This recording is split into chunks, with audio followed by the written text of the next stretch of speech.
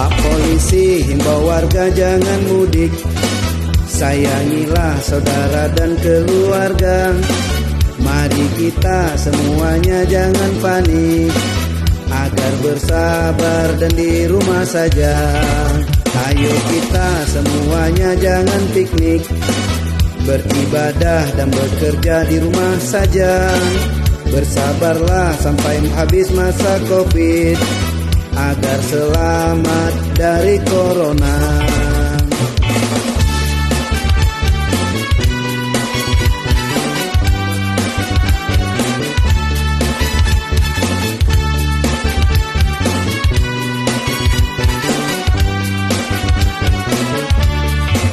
Jangan duduk dekat-dekat sama kawan, pakai masker dan hindari keramaian.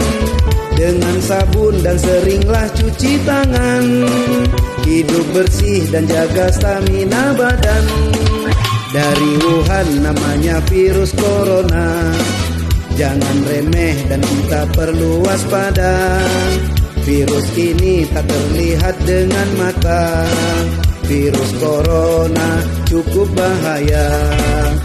Saya Kapolresta Banda Aceh, Kombes Pol Tris Noryanto, menghimbau kepada warga Banda Aceh dan Aceh Besar untuk tidak melaksanakan mudik lebaran ke kampung halaman masing-masing.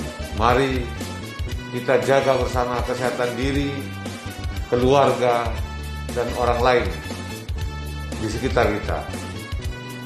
Bersama kita lawan COVID-19.